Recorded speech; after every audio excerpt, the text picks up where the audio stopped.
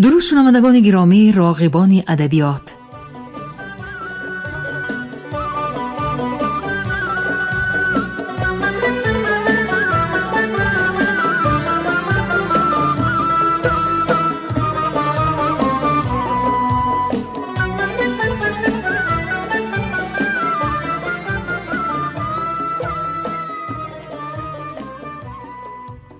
به توجه شما عزیزان، آثار مکمل یکی از شاعران حوزه ادبی عصر 19 بخارا، شمس‌الدین شاهین، تحت عنوان کلیات شمس‌الدین شاهین در قرائت کارمند شایسته تاجیکستان علیزاده عبدالرشید خوجمقل بشنوید. گفتار دهم.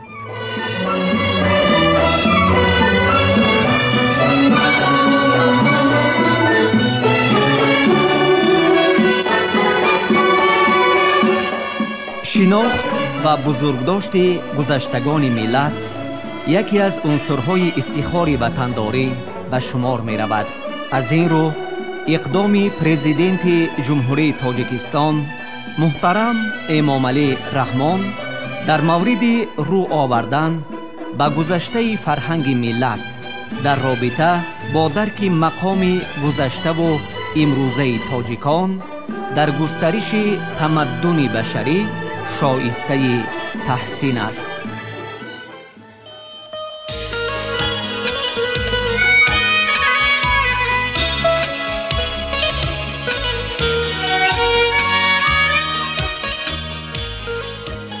شمس‌الدین شاهین از ستاره‌های درخشان ادبیات فارس و تاجیک آخر عصر 19 می باشد که نام او با واسطه نام پدرش مولا امان که از دانشمندان و مدرسان مشهور بخارا بوده است با نام کلابی علاقمند است.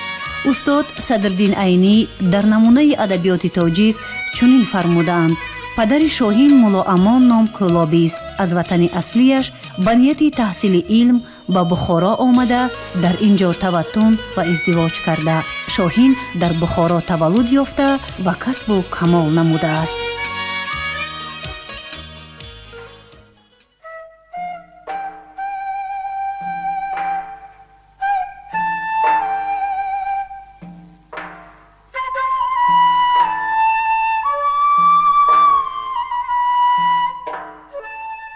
محوی جلوه‌اش گشتم تا رخش نمایان شد، رفتم آن قدر از خود کآینه بسامان شد.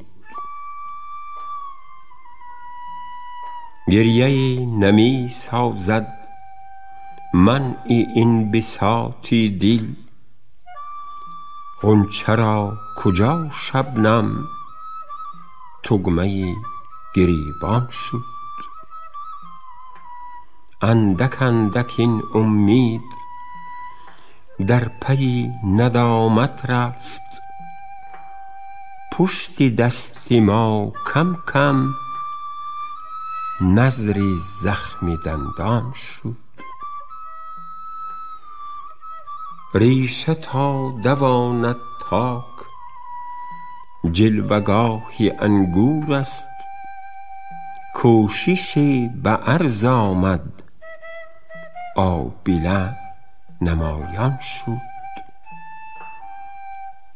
در هوای وصلی او دوش گریه ها کردم، قطره قطره اشکی من دانه دانه مرجان شد. بی تردد اسباب حل نمی شود مشکل، کز کشاکشی ناخن کاری عقده آسان شد. گشت حاصلی شاهین شوکتی فلاطونی، بعد از این به ختلان هم گیر و داری یونان شد.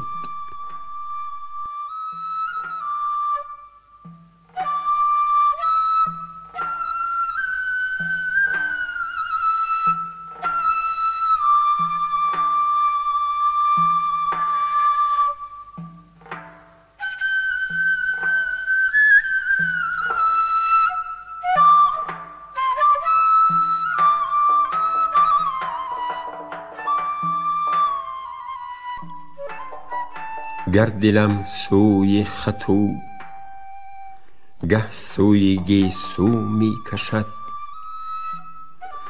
این دل شیدا مرا هر لحظه هر سو می کشد. دید طبع نازکی من از دهانی ناصحان، آن جفاهای که موی سر ز پاکو می کشد. خاص اگر از کوچراهی بچه بازی واقف است، علت و منت چرا هر شب ز بانو می کشد. از میانش تا سرین حیران این اندیشه ام، کین چنین کوهی گرانی را به یک مو می کشد. از میانش تا سرین حیران این اندیشه ام، کین چنین کوهی گرانی را به یک مو می کشد. ای رقیب از بی پولی در پیش آن وحشی غزال، خجلتی دارم که نه اشتر نه یابو می کشد. گر نیاد از قامتی او می کند در بوستان، بر سری سرو از چه قمری بانگی کو کو می کشد. تا مگر یابد نشان زان یاری هر جایی رقیب، چون سگی خندان در و دیوار را بو می کشد. می برد مشاطه چون بر نافه مشکی تو دست، دود حسرت از دماغ ناف آهو می کشد. همچو سرو آزاده است آن کس که در فصل بهار، رخت عیش و کامرانی بر لب جو می کشد. بر سرین نرم او هر کس که زد پهلوی ناز، پشت بر بالین عیش و بستری قو می کشد. گر سری شاهین فتد بر خاک این دولت سرا، اندک اندک بختش از عزت به زانو می کشد.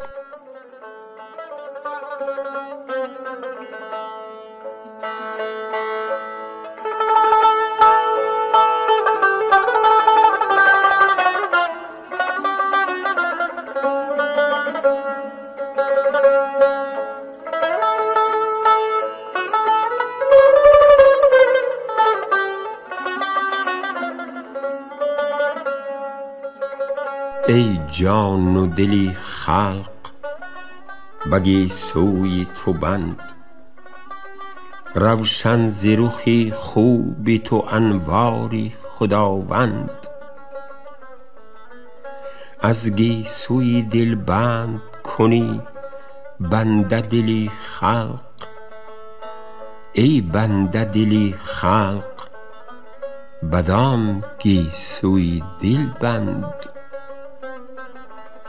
حوری به مثل مادر و رضوان پدر افتد، حاشا که بروی قدم آید چو تو فرزند.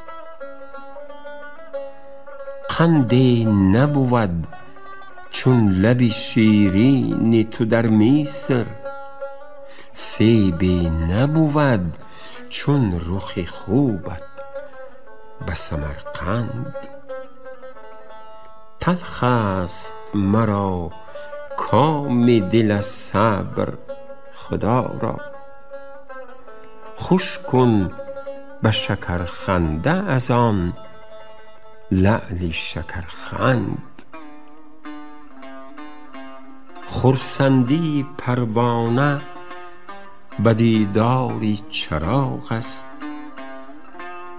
شاهین به چنین است ز دیدار تو خرسند.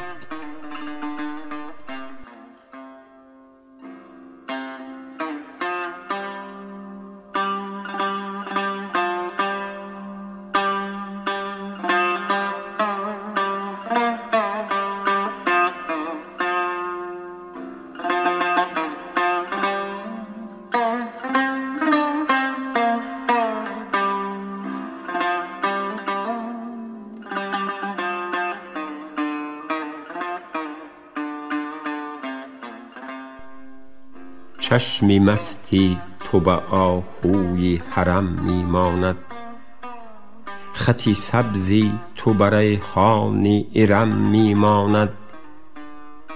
دلکی نیست که صد پاره نکرده است به ناز، ابروی او که به شمشیر دو دم می ماند. نوبتی وصل تویی سروی روان دم به دم است، که رسد با من اگر صاحب دم می ماند.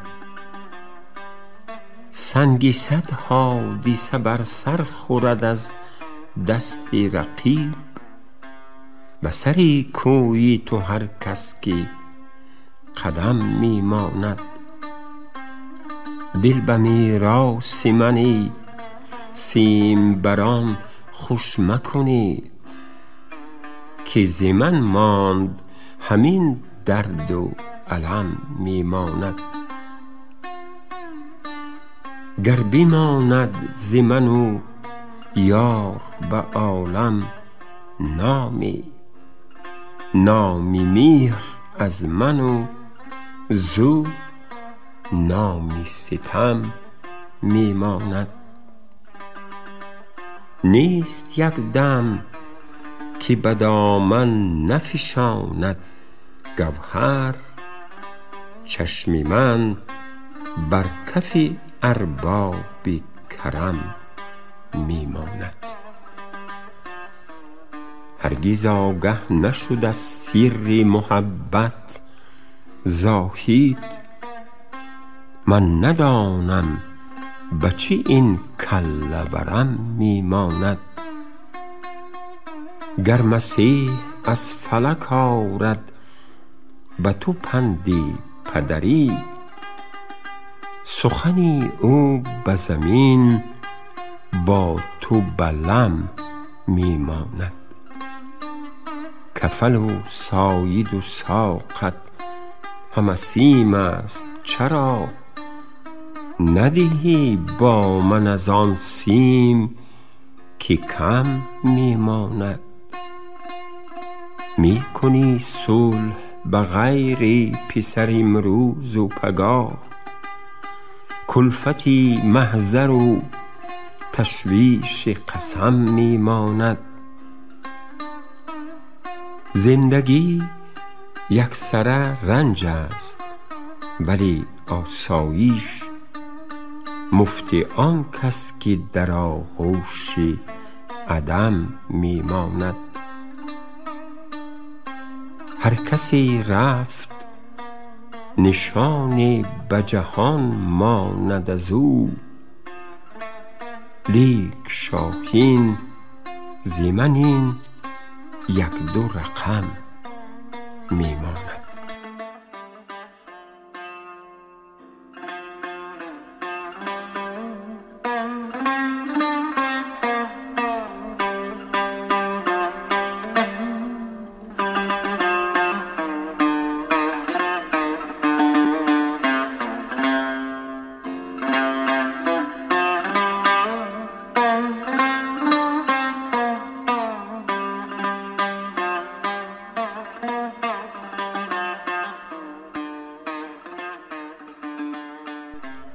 دلم به طاقی بلندی دو ابرویت شده بند. چی سان شود اگر افتد از این دو طاقی بلند؟ نمود از لب لعلی تو کسب شیرینی، حدیث من که زند طعنه بر حلاوت قند.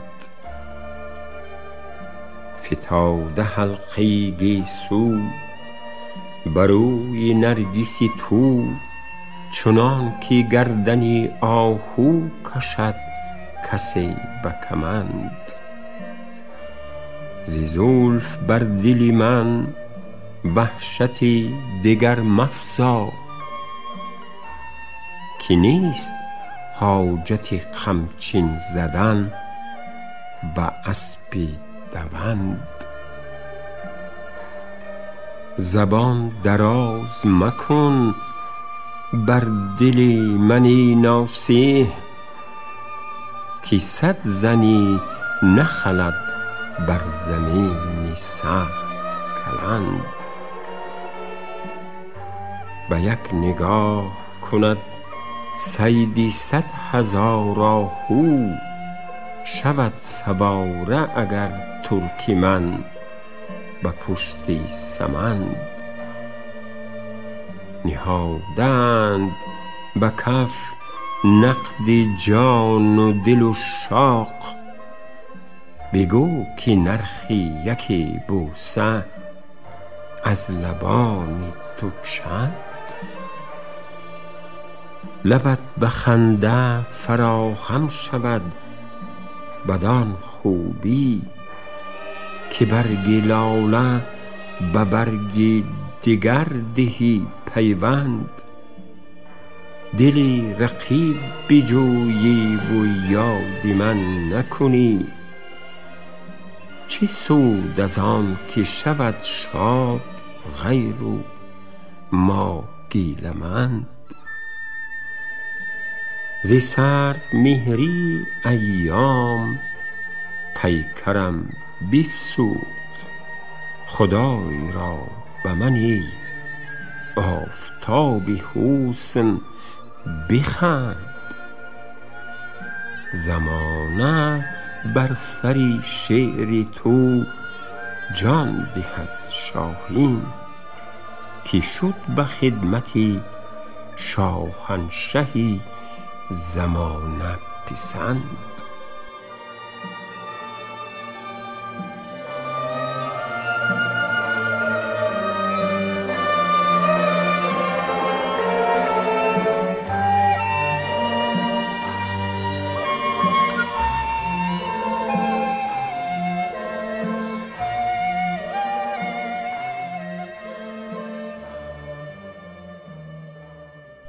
به گل ز روی تو هر کس خمار می شکند،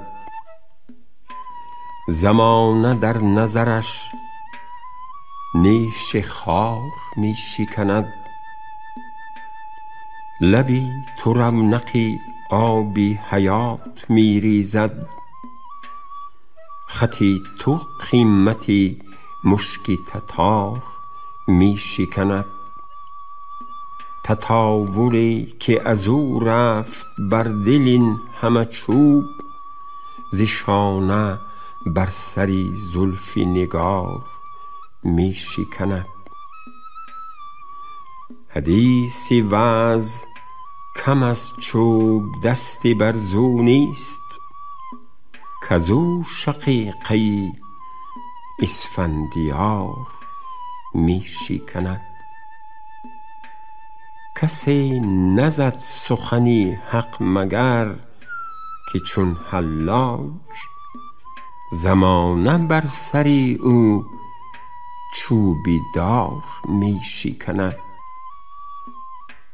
به حیرتم که چرا محتسب پیاله می نهفته می خورد و آشکار می شکند. مسنج گفته شاهین به حرف مدعیان، که سنگ خاره دوری شاهوار می شکند.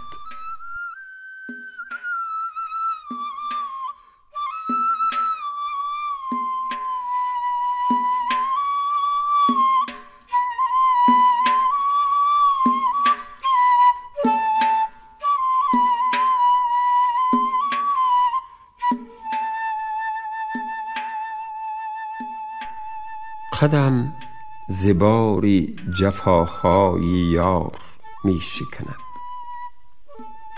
چو شاخی نخل که پر شد زبار می شکند.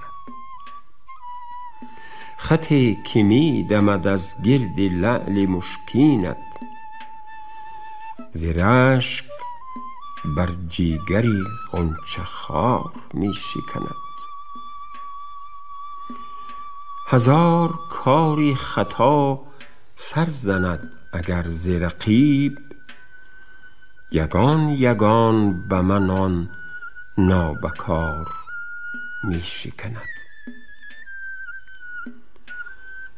مرا به می ز خمار لبت خوش آید از آن، کین خماری می خوشگوار می شکند. ز روزگار مجو قدر اگر تو را هنری است،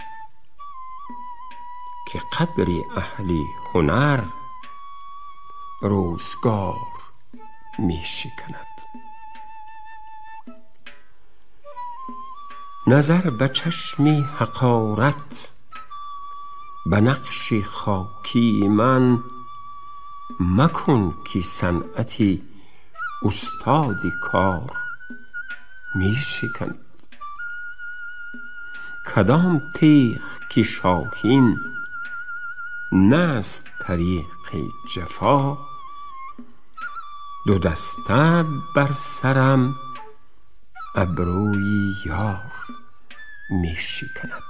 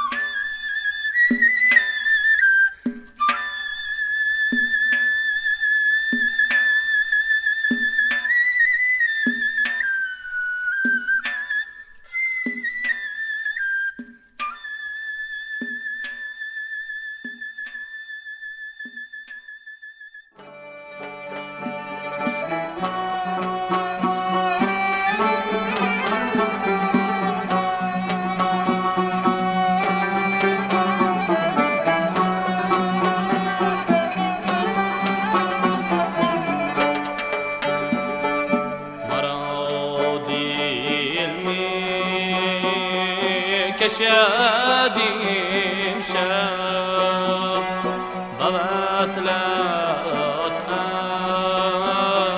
انجمن کردم، مرا دل می کشیدیم شب و وصلت انجمن کردم. چندین ساز پروانه شمی در لگن کردم، شمی در لگن کردم.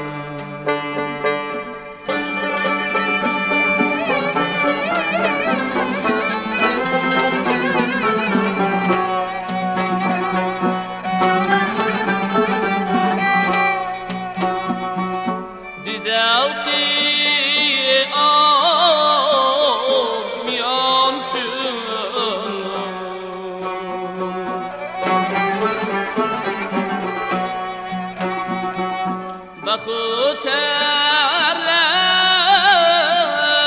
لحظه پیچیدم ز زلفی سر کشد انگشتی حیران دهم کردم حیران دهم کردم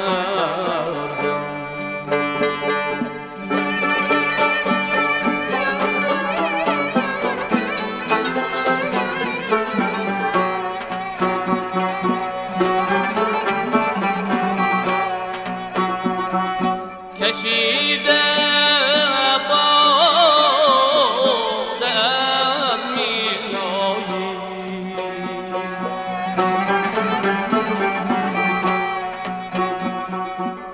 یاقوتی بجا میزد در آغوشی صدف دردانم چندی از قدم کردم چندی از قدم کردم